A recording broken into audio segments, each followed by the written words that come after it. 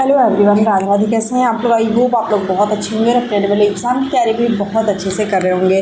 तो अगेन आप लोग का चैनल पे बहुत ज़्यादा स्वागत है। अगर आप लोग पहली बार चैनल पे आए हैं तो प्लीज़ सब्सक्राइब जरूर करिएगा, वीडियो को शेयर करिएगा अपने फ्रेंड्स फैमिली ग्रुप में, ताकि उनके लिए भी ये वीडियो हेल्पफुल हो सके।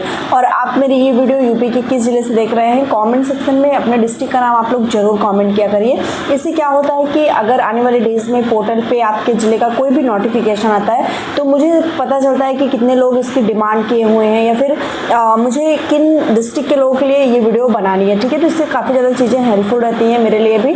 तो आप लोग लगातार कमेंट करते रहिए। और जितने भी कैंडिडेट का ये क्वेश्चन रहता है, ये मतलब उनकी शिकायत रहती है कि मैं कमेंट्स नहीं रीड कर पाती, तो इतने सारे कमेंट्स रहते हैं कि मतलब मैं रीड सारे कमेंट करती हूँ लेकिन रिप्लाई देना पॉसिबल नहीं हो पाता है।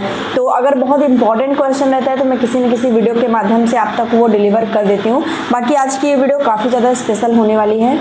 तो वीडियो में आगे बढ़ूँ इससे पहले मैं आपका एक डाउट क्लियर कर देती हूँ। आप लोग लगातार कमेंट करते हैं कि क्या उत्तर प्रदेश में जिलेवार इतनी ज़्यादा भर्तियाँ होती हैं, इतने सारे विभाग में भर्तियाँ होती हैं। तो बिल्कुल सेवा योजना पोर्टल एक ऐसा पोर्टल बनाया गया है उत्तर प्रदेश सरकार द्वारा, जहाँ पे आपके उत्तर प्रदेश में जिलेवार जितनी भी संविदा भर्तियाँ होती हैं उनकी प्रक्रिया वहाँ पर करवाई जाती है। आपको नोटिफिकेशन आउट किया जाता है और उसके माध्यम से आप वहाँ पर आवेदन करेंगे। बहुत सारे विभाग इसमें आते हैं, जो मतलब बहुत सारे, अगर मैं पोर्टल पर किसी दिन मैं आपको लाइव दिखाऊंगी कि बहुत ज़्यादा विभाग यहाँ पे इन्वॉल्व होते हैं जो कंपनी को टेंडर देते हैं और कंपनियाँ आपको हायर करती हैं। ठीक है, बहुत सारे मतलब मेरे जो फ्रेंड्स हैं जो इसमें ऐड होंगे वो लोग जानते होंगे, वो लोग लगातार जॉब भी कर रहे होंगे इसमें।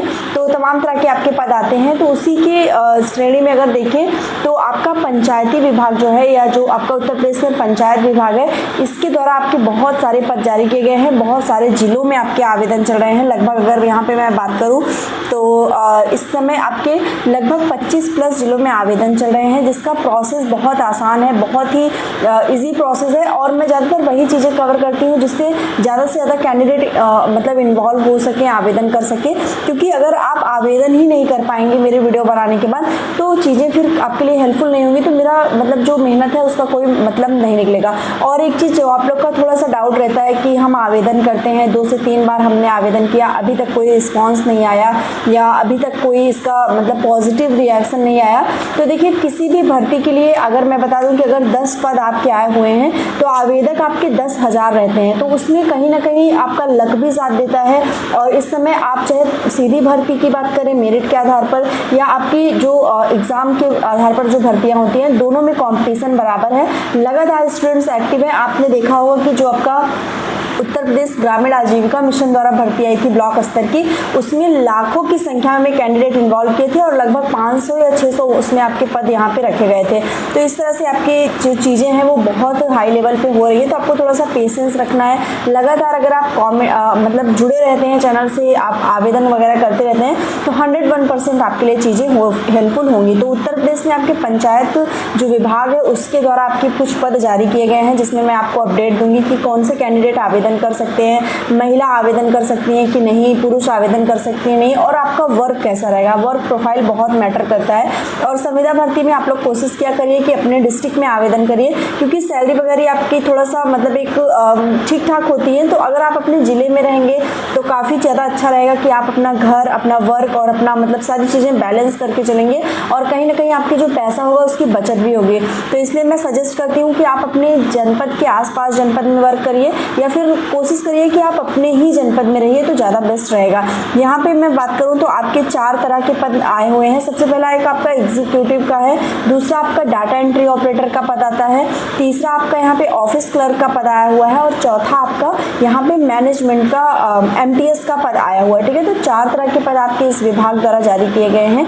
जहाँ पे जो पहला पद है वो आपका सबसे अगर बोलूँ तो सबसे बड़ा पद है इस विभाग द्वारा जो जारी किया गया है एग्जीक्यूटिव का।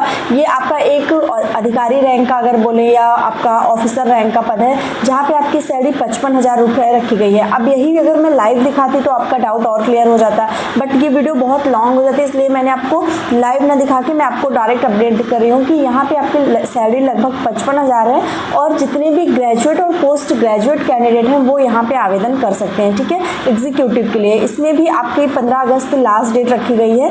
यहाँ पे जो आपका सेकंड पद आता है डाटा एंट्री ऑपरेटर का, इसमें भी ग्रेजुएट कैंडिडेट और जितने भी ग्रेजुएशन के साथ साथ जिन्होंने भी कंप्यूटर की डिग्री ली है, पोर्टल पे क्या होता है ना सिविजन पोर्टल पे कि कंप्यूटर वाले स्टूडेंट्स को बहुत बेस्ट अपॉर्चुनिटीज़ दी जाती हैं।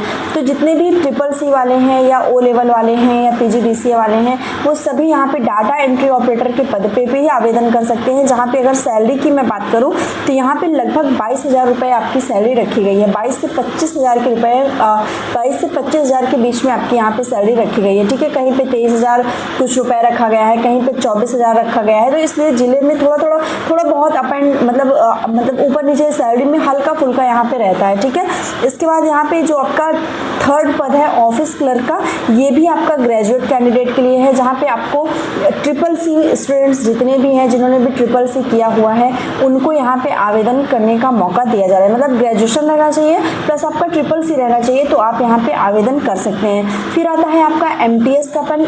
MTS में आपके जो 10th और 12th वाले स्टूडेंट्स हैं, किसी भी वर्ग से हों, किसी भी स्ट्रीम से हों, किसी भी चाहे वो साइंस से आते हों या कॉमर्स के हों या आर्ट्स के स्टूडेंट हों, सभी यहाँ पे आवेदन कर सकते हैं। मतलब जितने भी पद मैंने बताया ना, इसमें साइंस और आर्ट्स दोनों वाले कैंडिडेट आवेदन कर सकते हैं। कहीं पे भी ऐसा नहीं रख दिया गया है, कंडीशन नहीं रखी गई है कि केवल आर्ट्स वाले ही आवेदन करेंगे या केवल साइंस वर्ग वाले ही आवेदन करेंगे। तो ऐसा कहीं पे भी यहाँ पे कोई भी कंडीशन नहीं रखी गई है। ठीक है, तो ये चीज़ें आई होप आपकी क्लियर हो गई होंगी। अब थोड़ा सा आते हैं कि एज वगैरह क्या है। तो देखिए, मिनिमम आपकी एज 18 होनी चाहिए, मतलब कम से कम आपने 18 कंप्लीट कर लिया हो, और मैक्सिमम यहाँ पे 45 यानी 18 से 45 वर्ष के जितने भी महिला हैं, पुरुष हैं, भूतपूर्व सैनिक हैं, खिलाड़ी हैं, विकलांग कोटा से हैं, सभी यहाँ पे आवेदन कर सकते हैं। और OBC वर्ग को 3 वर्ष की छूट दी गई है यानी 48 साल, और SC ST को यहाँ पे 5 साल की छूट भी दी गई है, यानी कि आपका यहाँ पे 50 वर्ष रहेगा SC ST के लिए। तो काफ़ी अच्छी बात है कि अगर राज्य सरकार जो आपकी प्रावधान है, जो नियम है, उसके अनुसार आपको छूट भी दे रहा है, तो OBC और SC ST वर्ग वाले उसका फ़ायदा ले सकते हैं। और जो भी जनरल कैटेगरी के हैं वो यहाँ पे 18 से 45 वर्ष के बीच में हैं, तो वो यहाँ पे आवेदन अपना कर सकते हैं। ठीक है, तो ये चीज़ है यहाँ पे। बाकी मैंने आपको बताया डाटा एंट्री ऑपरेटर की सैलरी, ऑफिस क्लर्क की सैलरी भी आपकी लगभग 22,000 रुपये रखी गई है। और यहाँ पे जो MTS की सैलरी है वो भी आपकी 12,781 रुपये यहाँ पे रखी गई है। ठीक है, बात करेंगे आपके जो पद है उसमें वर्क प्रोफाइल क्या रहेगी, किस तरह से आपको काम करना होगा, मतलब क्या क्या चीज़ें यहाँ पे होंगी। तो जो आपका एग्जीक्यूटिव रहेगा वो एक तरह से आपका एग्जीक्यूट करेगा सारी चीज़ें, यानी कि एक मैनेजर के रूप में अगर हम बोलें तो वो आपका रहेगा, जिसकी ड्यूटी आपकी ब्लॉक लेवल पे भी हो सकती है, जिले स्तर पे भी हो सकती है, आपके जो ब्लॉक है आपका वहाँ पे भी इसकी ड्यूटी हो सकती है।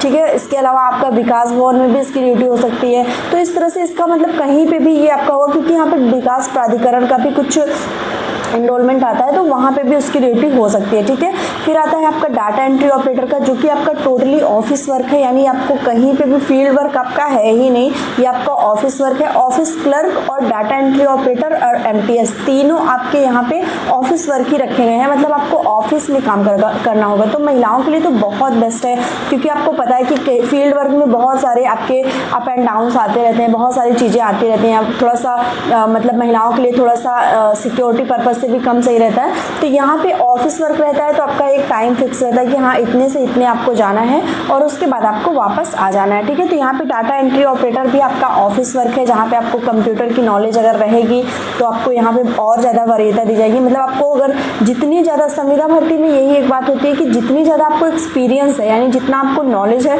उतना ज़्यादा आपके लिए चीज़ें यहाँ पे ईजी होती चली जाती हैं। ऑफिस क्लर्क में भी आपका रहेगा, चूँकि यही सेम चीज़ें रहेंगी। फिर MTS में भी आपका ये रहेगा कि आपको ऑफिस की जितनी भी फाइल्स हैं, जितना मतलब चीज़ें हैं, उसका रख रखाव, एक थोड़ा सा जिम्मेदारी की काम, मतलब प्यून से बड़ा आपका पद होता है ये। तो वहाँ पे भी आपको जो चीज़ें हैं उसको किस तरह से वहाँ मैनेज करना है, या जो आपका कोई हो सकता है कि कोई ऐसा ऑफिसर हो जिसके साथ, या कोई अधिकारी हो उसके साथ आपको रख दिया जाए, तो उसके फाइल्स वगैरह की जिम्मेदारी लेगी। तो एक ये भी आपका अच्छा खासा पद होता है जिसमें जिम्मेदारी आपकी देखी जाती है। ठीक है, तो इस तरह के आपके यहाँ पे पद निकाले गए हैं। और मैंने आपको कहा कहा ना कि अगर आपका एक्सपीरियंस है तो आपको संविदा भर्ती सेवा योजना पोर्टल पे बहुत बेस्ट मौका मिलता है।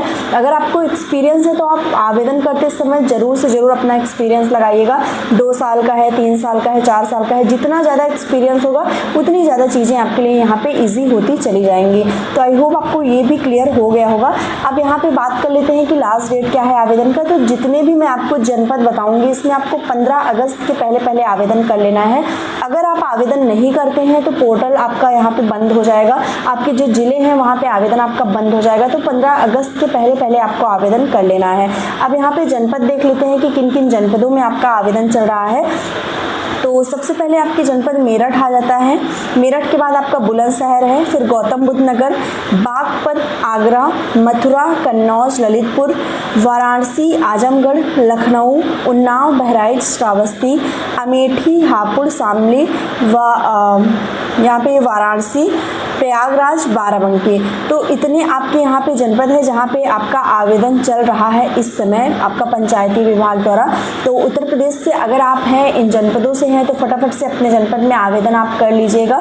कोई भी आपका क्वेश्चन हो तो आप मुझे इंस्टाग्राम पे ज़रूर पूछ सकते हैं। हो सकता है मैं तुरंत रिप्लाई ना कर पाऊँ, बट विदिन 2 डेज़ 1 डेज़ में मतलब आई विल ट्राई कि मैं आपका रिप्लाई करूँ, वहाँ पे सारे रिस्पॉन्स आपके वहाँ पे करूँ। बाकी आप कॉमेंट सेक्शन में पॉजिटिव रहिए, पॉजिटिव मैसेज करिए। मैं अगर आपका रिप्लाई नहीं कर पा रही हूँ तो इसका मतलब ये नहीं कि मैं आपके मैसेज को रीड नहीं कर रही हूँ या मैं आपको इग्नोर कर रही हूँ या फिर मैं मतलब मेरी कोई या मेरा मतलब वो नहीं है कि मैं आपकी चीज़ें देखूं, ऐसा नहीं होता है। थोड़ा सा टाइम इशू रहता है, टाइम मैनेज करना पड़ता है, तमाम चीज़ें रहती है लाइफ में।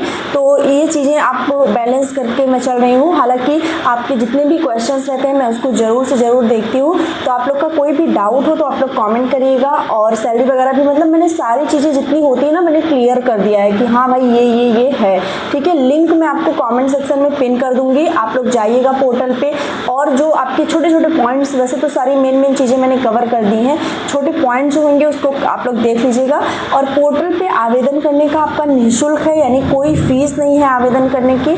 और सिलेक्शन प्रोसेस भी आपका काफ़ी आसान है, मेरिट पे आपका सिलेक्शन होना है। यहाँ पे कोई एग्ज़ाम नहीं है, आपका सीधी भर्ती है, मतलब बिना किसी परीक्षा के आपको यहाँ पे आवेदन करने का मौका दिया जा रहा है, सिलेक्ट होने का मौका दिया जा रहा है, ठीक है। तो फटाफट से जाइए आप लोग पोर्टल पर अपना आवेदन कर लीजिए। कोई डाउट हो तो कॉमेंट करिएगा। मिलते हैं नेक्स्ट वीडियो में, तब तक के लिए बाय एंड टेक केयर।